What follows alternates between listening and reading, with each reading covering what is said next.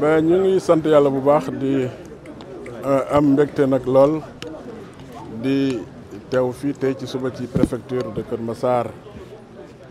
ànd ak monsieur le préfet ñu war a waxtaane li nga xam te ni que ni mooy l'événement de Nguédiaga mooy le pèlerinage de Nguédiaga xam ngeen ko yëpp yéen ñëpp parce que yàgg nañ ci liggéey ak yéen ñu waxtaan fi waxtaanu am solo ndax at mu jot bu ñu fi dajee dinañ ko jox un cahier de charge wax ko ni que ni lii la ñu soxla lii la ñu bëgg ñu ko defal moom it mu ci taxawaay yu am solo yoo xam te ni que ni ñëpp ràññee nañ ko loolu it la ñu defaat tey ci suba ñëw nañu ak li nga xam te ni xalaat nañu ni que ni suñu ko defee événement bi dina mucc ayib ñu jox ko mu càmbar ko mu ànd ak ay chef de service am yëpp ak le sous-préfet ñu koy càmbar benn par benn ba nga xam te ni que ni lépp def nañ ko. may wax ni nag am nañu ci yaakaar ndax gis naa taxawaay bu am solo boo xam te ni que ni ren taxaw nañ ko même sur le plan de la mobilisation au niveau de Malika. bi ñu ñëwee fii gis nañu taxawaay bi préfet taxaw ak sous-préfet ak ñi koy ànd ak moom ci liggéey bi yëpp ak l'ensemble des chefs de service du département. kenn ku ci nekk it bi nga jëlee kàddu wax nga li nga war a wax def nga it li nga war a def la ci des nag préfet dina ko def dina def liggéey bi war a def jébbal ko gouverneur suñu demee incha allah CRD lépp lu ci gouverneur lu ci manqué xaj na gouverneur dina ko complété waaye am naa yaakaar ni préfet taxawaay bi mu ci taxaw ba lañ ci àgg yu bëree dina yemb kon nag monsieur le préfet ñu ngi lay gërëm di la sant ci taxawaay bi. di ñaan yàlla rek yàlla jàppale nu ñëpp ba nu dugg ci bés ba bu gën ci bés ci bëgg ci génn ci incha allah. ban mobilisation ngeen di xaar ci service yi ci événement bi di mel. mais comme d'habitude rek ñu yokk ko ndax taxawaay bi amoon na gaa waaye nag mbir mu nekk at mu jot dafay yokk kon it mobilisation bi dafa war a mën a yokk dans les différents services. wax nañu nag yu bëree yi mais yi ci ëppaloon solo yi ci gënoon xaw a compliqué mooy l'AGEROUTE. mais le préfet wax na ni que ni moom lu mu ci mën dina ko ci taxaw ak waa AGEROUTE ba nga xam te ni que ni lépp lu ci xam te ni que ni soxla nañ ko yàlla mën a def mu yemb wala bés ba incha allah. loolu moo tax d'ailleurs ñu teel a def ndaje mi CDD bi ndax lépp loo xam te ni liggéey la nu mën ko démarrer wax na ko sànq nee na à partir de cette semaine là ku ci nekk la nga war a liggéey war nga ko mën a commencer bala ñoo dem CRD ndax suñu demee CRD. bilan d'étape rek la ñuy def la ci des maintenant ñu àggale ko incha allah. daje bi à peu près ay ñaata doomu aadama ñoo ci ne daje. waaw wax naa ko sànq nee naa leen 1960 ba léegi ba ñu koy commencé mbooloo mi néewoon na waaye léegi su ngeen ko xoolee nu ngi koy xayma ci lu mat 1 million wala lu ko mooy firndeel ni que ni événement bu am solo la ci département de Kër Massar ci communauté Layène. Ben écoutez, nous sommes venus ce matin, comme à l'accoutumée, assister à la réunion préparatoire du pèlerinage de Nguédiaga. En venant, nous avions déjà préparé un cahier de charge qu'on a remis au préfet. Le préfet a parcouru ce document avec l'ensemble de ses services et chacun d'eux aussi a pris l'engagement de faire le travail qui lui a été assigné. Et certainement, le moment venu, certainement, nous aurons à tirer le bilan pour dire ce qui a été fait ou ce qui n'a pas été fait. Mais nous espérons que cette année, certainement, nous aurons un meilleur pèlerinage. Parce que l'engagement du préfet nous montre déjà que vraiment, il y a des prémices d'un très bon pèlerinage, Inch'Allah. Et les attentes de la communauté layène? Les attentes sont énormes. Les attentes sont énormes, mais vu l'engagement des autorités étatiques, certainement, tous les problèmes seront réglés avant le juillet, Inch'Allah. Pour cette année, Nguédiaga va mobiliser combien de... Chaque année, nous avons beaucoup plus de monde. Certainement, nous allons dépasser encore le million, mais l'État fera face pour contenir tout ce monde-là, Inch'Allah. Merci beaucoup. Nous venons de terminer la réunion du comité départemental de développement consacrée à la préparation du pèlerinage annuel de Nguédiaga qui est prévu le lendemain de la fête de Tamkharit. Nous avons eu le plaisir de recevoir et de travailler avec le comité d'organisation sous la direction de Seydina Mandione Laye, avec l'ensemble de la communauté layène. La rencontre nous a permis d'examiner avec intérêt et attention les besoins exprimés par le comité d'organisation. Nous avons également saisi l'opportunité pour faire le bilan des éditions précédentes, en particulier celle de l'année dernière. Fort des enseignements tirés de ces précédentes éditions, nous avons demandé à l'ensemble des services concernés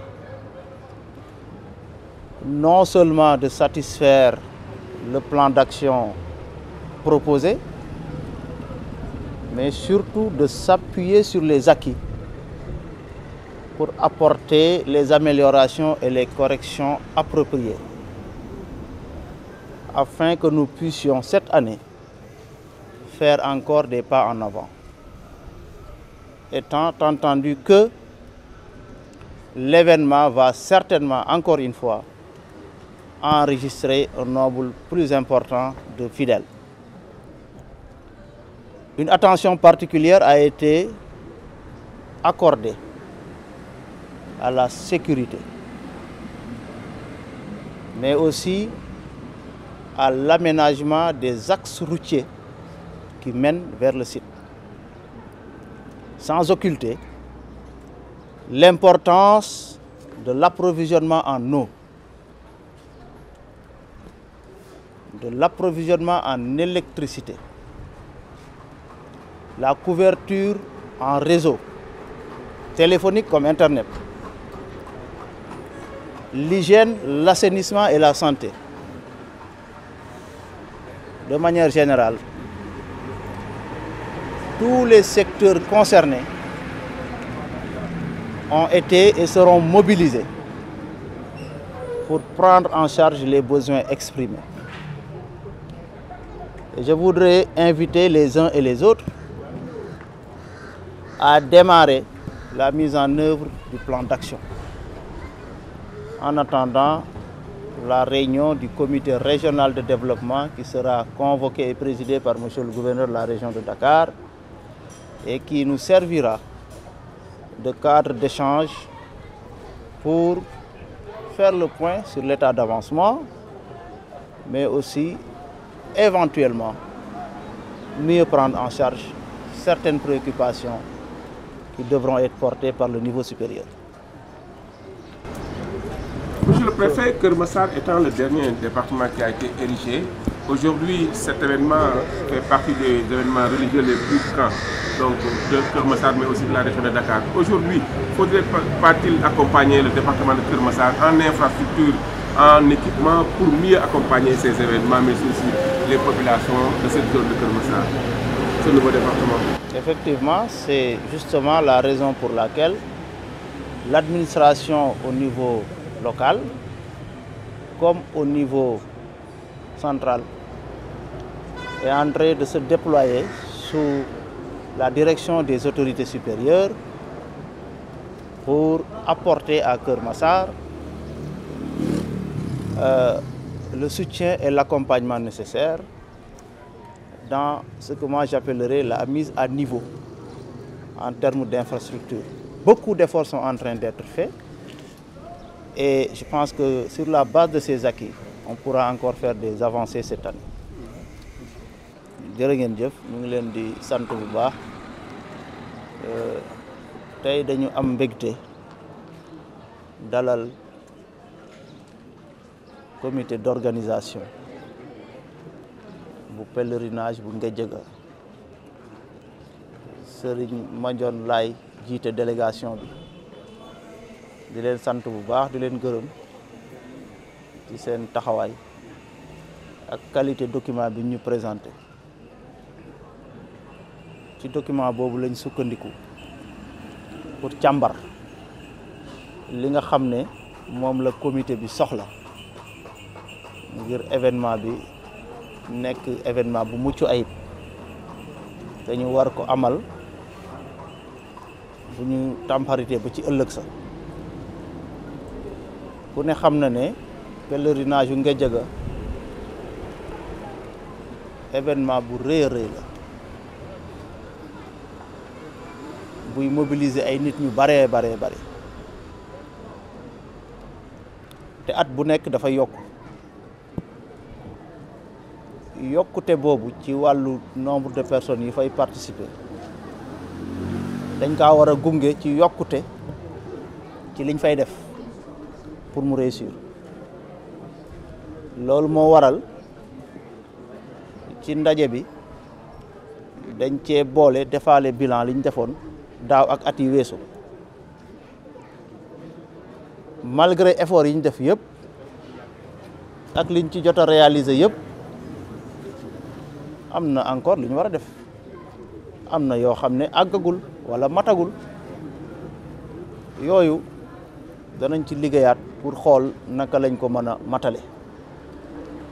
waaye tamit bëgg-bëgg yu bees yi danañ ko bàyyi xel bu baax a baax am na nag yoo xam ne xëy na mën nañ ne moo gën a yitteel comité bi wala bokk xëy na moo ci gën a nekk jafe-jafe bokk na ci wàllu sécurité wàllu defaraat yoon yi rawatina yoon yi nga xam ne dañu jëm ci site bi bokk na ci tamit li nga xam ne mooy wàllu ndox ak courant wàllu cet ak setal mais aussi bokk na ci couverture médiatique nag dafa yaatu waaye réseau bi pour mën a woote téléphone ak wàllu internet yooyu ay yitte la yoo xam ne soxal na comité bi bu baax ak ñun ñii ñëpp waaye nag suñu xel dal na gannaaw engagement yi nga xam ne service ya ko yor def nañ ko ma leen di ñaan rek ñoom service yooyu ñu tàmbalee doxal tàmbalee jëf engagement yooyu ñu jëm ci CRD ba buñ fa àggee ci jàmm su ko monsieur le gouverneur wootee ñu mën kaa ne lii lañ defagum fii lañ ci toll xëy na lii mooy suñu jafe-jafe wala boog lii mooy lu bees loo xam ne bëgg nañ nga jàppale ñu ci ndax événement yu mel nii amut tànku ginnaaw tànk kanam rek la am te soo xamee loolu nag da ngay dox ca kanam te gaaw balaa mu lay raw asalaamaaleykum wa rahmatullah